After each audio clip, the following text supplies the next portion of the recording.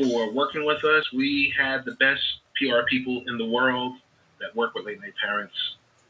But I'll get into real quickly Dr. Faber, and I'm just going to open up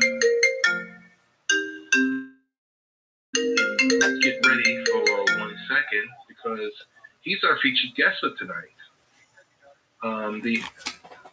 The article, Dr. John /A.J. Faber, MD.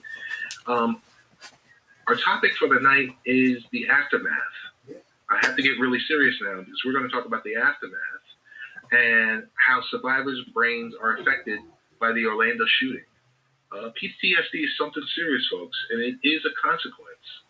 You know, the murders of 49 people that fateful Sunday morning in Orlando during that mass shooting in the United States history, it was the largest mass shooting. And horrific enough for anyone in the country to digest. But what about the 53 or so people that were injured? How do they move on with the rest of their lives? That's a question. How do they feel safe again?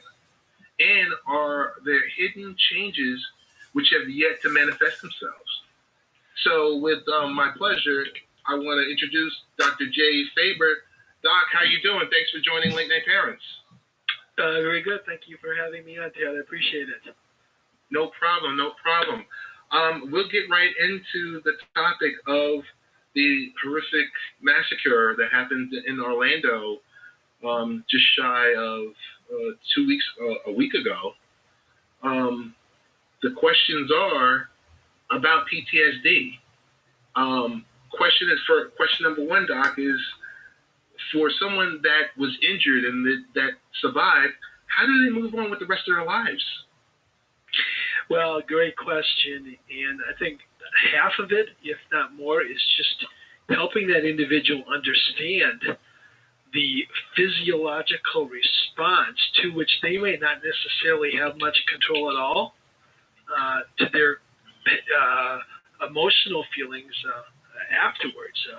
It can become rather complex, although with neuroimaging, functional neuroimaging, we're getting better at getting an understanding of how to treat these particular people. One thing, just to kind of make it in layman's terms, and I'll use this with patients who've had a sudden acute trauma, is you've got a part of your brain called the amygdala, which is like a fear detector, and it sends out all sorts of signals if we're starting to see something threatening. And then there's a part of our brain called the hippocampus, which is one of our major memory centers. And the two have this interrelationship with each other. So when you have a situation like at this club where you're going, assuming you're going to have fun, enjoyment, dancing, right, whatever, and all of a sudden there is a marked change where there's shooting, loud noises, the smell of gunpowder, the sight of unfortunate dead bodies and blood, your hippocampus all of a sudden picks up all these different experiences, puts it in its memory system, and then subsequently associates it with fear and terror, which would be appropriate. The problem occurs after the aftermath. Anytime you walk into an experience where you smell something that smells like smoke, see something red that's not necessarily blood, your hippocampus will then automatically send a signal to your your amygdala that you've got a threat here. You've got something dangerous. You've got something scary. And so then all of a sudden, the human goes into more of a fear response, which can take on a number of different forms, which you could talk about. But one is avoiding. You stay away. You don't go near anything that looks red or smells of smoke. One more concerning is you become angry. People, situations that aren't threatening all of a sudden become threatening, and then you've got a whole host of other things to deal with. So the traumatized person is left and put in a rather complex situation. Things that maybe 2-3 days ago weren't so threatening and rightfully thrown out threatening, all of a sudden now they become much more physiologically a threat to the human, to their survival. And hence there's where the aftermath begins. Doc, I got to ask you really quickly. I mean, I've never been through something as traumatic as that. I mean, it was traumatic for us watching it on TV, the after effects of, all the major networks and cable news networks reporting on it. But for someone in that situation, how would they feel safe again? Like, where do they start? No, that's a great question. One, the education piece we just talked about. Two, time. The more you are exposed to those same non-threatening experiences and don't have the aftermath of what you experienced in that club. And then three, I think it's really, really helpful to work with a therapist who specializes in trauma. We've become much more sophisticated in our ability to use psychotherapy in a way to help to diminish that over responsive amygdala. There's a type of therapy called EMDR, movement therapy, and it's really unique, but it works, where you'll have individuals sit down and move their eyes back and forth and talk about the experience while the therapist helps calm them. And so they use that time as a means to decrease that intense association between those memories and the amygdala. Another type of therapy, which is a little bit more cerebral, mindfulness-based therapy, can be helpful. It's a type of therapy where the therapist helps you become aware of the painful feelings and potential painful feelings, and then they give you calming skills, helping you live in the present to calm yourself. And then there's the psychiatric piece to all this. I mean, some people biochemically get to a point where they may need more of a pharmaceutical intervention.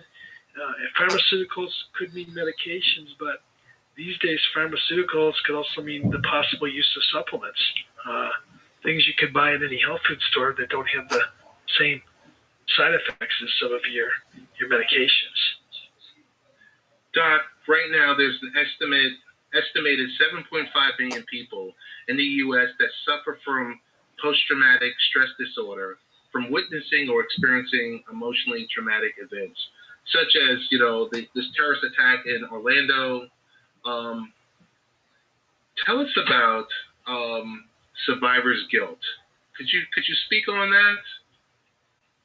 Yeah, I mean, it's an interesting, concept. The biggest part is you let's use this instance at Pulse. People go to a club, they go in with 6 friends. This is all hypothetical, and at the end of this unfortunate aftermath, of your 6 friends, 5 have passed away. You are the only one living. What makes me so special that I was able to survive all this? What made me so unique that all my other friends who I love truly and dearly are now gone? And as a result of that, you have a higher likelihood of becoming much more depressed, much more unhappy, and feeling guilt. For those who've been around long enough, the movie Ordinary People, back in, I believe it was 79 or 80, won an Academy Award with Donald Sutherland. A big part of that movie is about survivor's guilt. Yes.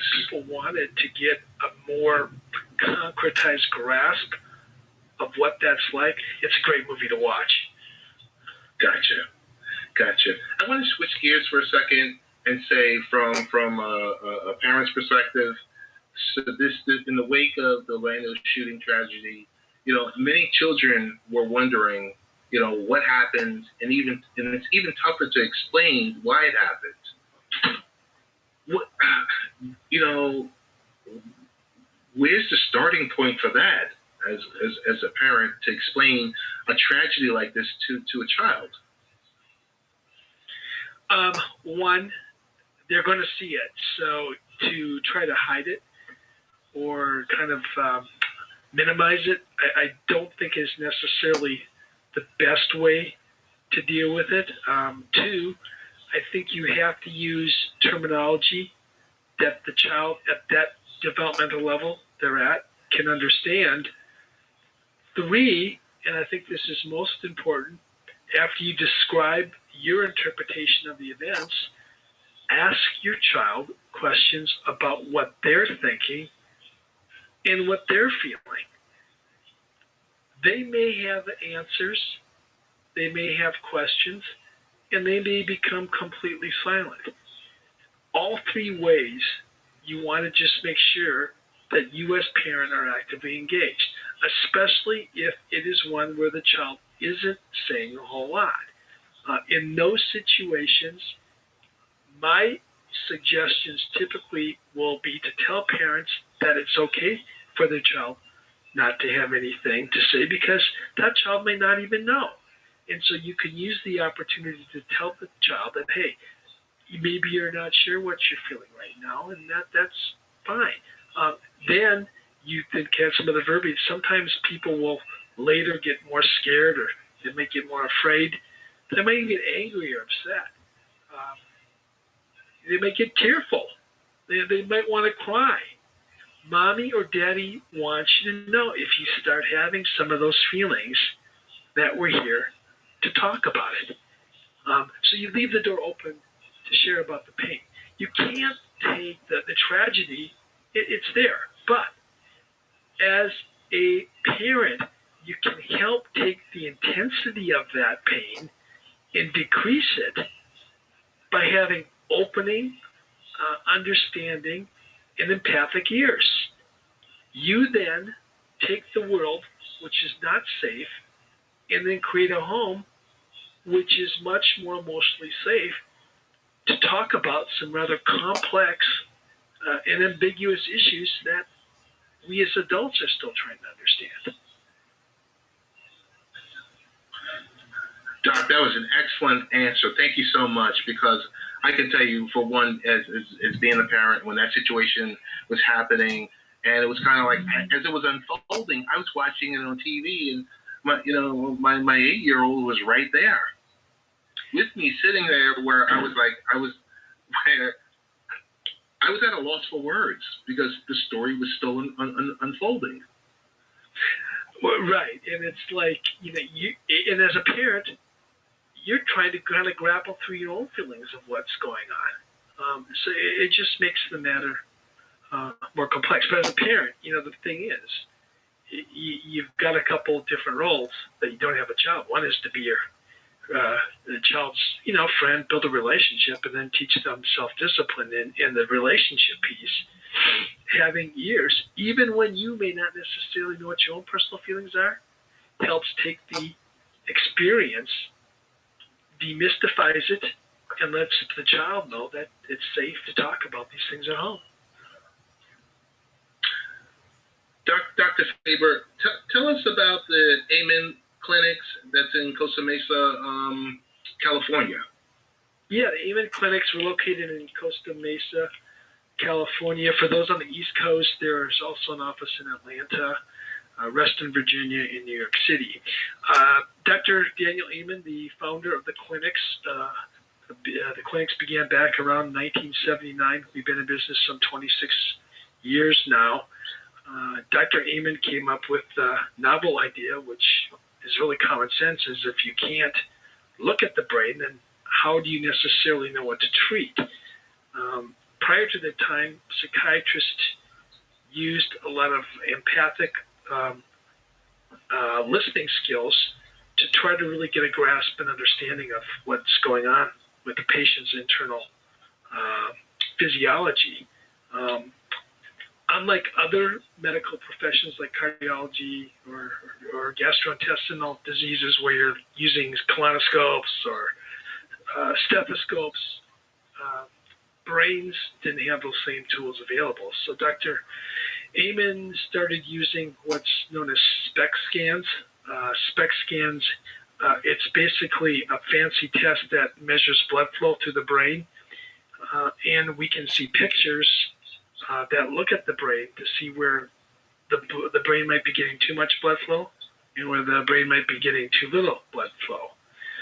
Through 25 years of these, the use of these scans in about 120,000 plus patients, Dr. Amen's actually kept all this on electronic data warehouse base, which that in itself is incredible.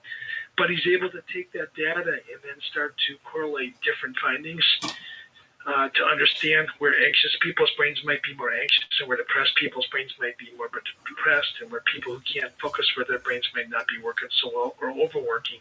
And then we've been able to use that data as a means to more target-focused treatment for patients. So rather than just listening and taking your best shot from using your ears, we use our ears and our eyes as a means to better focus treatment on helping people. Now, when I first started the clinics, I had been the national medical director at Humana, and of course I'm always interested in outcomes. And I said, well, do you have outcomes? And the only clinic at that point that had it was the Cleveland clinics. And Dr. Raymond said, yeah, we do. And of course my eyes really perked up. And I said, well, tell me how you're doing. At that point, about 75% of people were showing, considerable improvement. We're now, 2016, those who stay with us, about 85% see considerable improvement through outcome studies. So the whole notion, and this is why I bring it up, is when you listen and see the results are pretty good. I mean, you look at, say, the STAR-D study. It's a big study in antidepressants that was done here in the United States. About 45 to 50% of people responded to antidepressants. 35% had a remission, which means your symptoms are completely gone. So when you look at 35%, 50% versus 85%, I mean, the numbers speak for themselves. The technique of looking and using that as a tool to better understand brain physiology helps people have less symptoms, and I think more importantly, a higher quality of life. Awesome. Dr. Faber, I want to thank you so much for joining us tonight. I do want to tell you this much. I plan to buy your book, Escape, Rehab Your Brain to Stay of the Legal System. Yeah. I plan to pick it up, read it, and I would love to have you come back and we can further discuss. I'd love to come back. And if you want to, the book I wrote for free, and that's a whole other topic. Oh my goodness. Prisoners can't. Okay. Prisoners can't afford it. So if you go to www.drjfaber.com, you can download it for free. Awesome. Hey, before you go, Dr. Faber, what are the other ways that people can find out about you? Is it drjfaber.com, or are you also on social media? Do you have a Facebook page? So I want you to plug the ways that our listeners can get in contact with you and reach out to you. Yeah, so there's the drjfaber.com. If you go to Dr. J. Faber Facebook, you can get me. Go to Dr. J. Faber on Twitter. You can follow me. You can always go to the Amen Clinics, amenclinic.com website. Okay. And you can learn a lot more about me, about Dr. Amen and the other physicians and the whole SPECT scan techniques as well. Excellent. Dr. J. Faber, want to give you a round of applause. Thank you so much.